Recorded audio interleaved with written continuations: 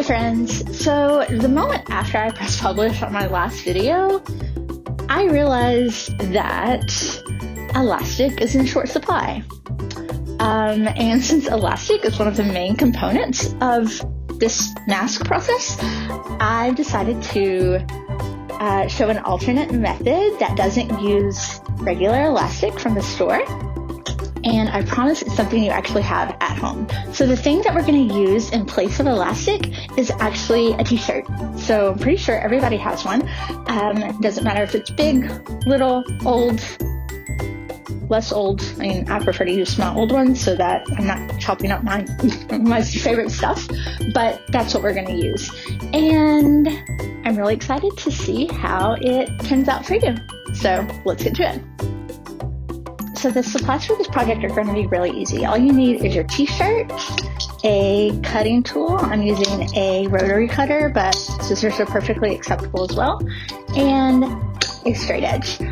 Once again, I'm using a quilt straight edge just because it is wonderfully long, but if all you have is a book or your kid's pirate toy sword, which I also have somewhere around here, that's perfectly acceptable too. So what we're going to do is just make sure that we're basically cutting an inch of fabric off. So to get started, I'm just going to cut this bottom off. And actually, if you have a seam ripper, you can take out these strips and make another 2 strips from what we're about to do, but we're not going to worry about that right now.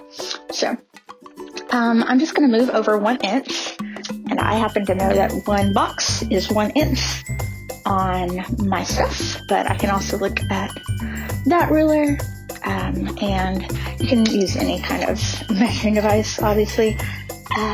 We're just going to line it up, line it up, line it up, and cut it. Wouldn't it be bad if I died using a rotary cutter and I was known as the girl who died crafting on YouTube? That would be horrendous.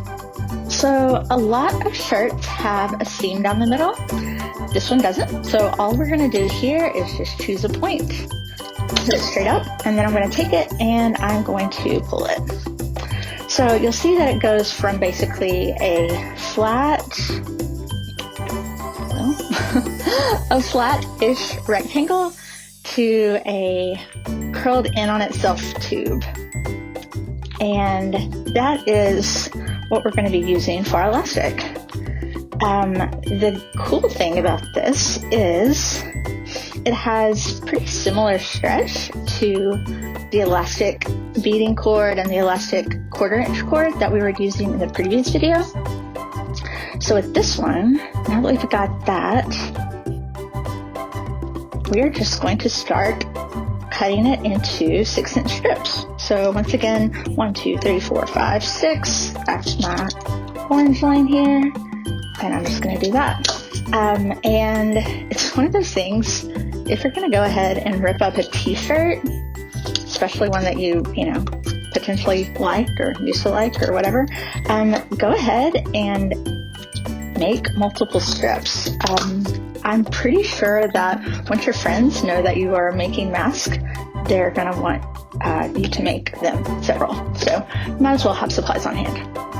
After you have your new strips cut, you just go ahead and pin them to the edges like you did in your original project.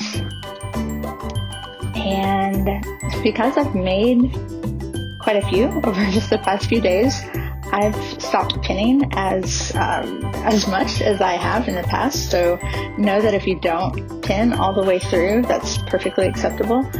Just know that you want to catch your elastic on the ends and not the middle, because then it doesn't actually work. So do that. That is caught on the back, and then that's my marker. And then you are good to go and ready to start sewing. Everything else is just like it is in the other video. So if you don't know what first video I keep on referring back to, check it out here. And that should take you through all the steps. that use the regular elastic. And like I said, just pop in these guys instead. So enjoy creating, stay safe. Don't share this on social media that you know how to make a mask unless you want like all of your neighbors to ask you to make one. Which if you're my neighbor and you're watching this, it's okay. I love you. So big hugs from my studio.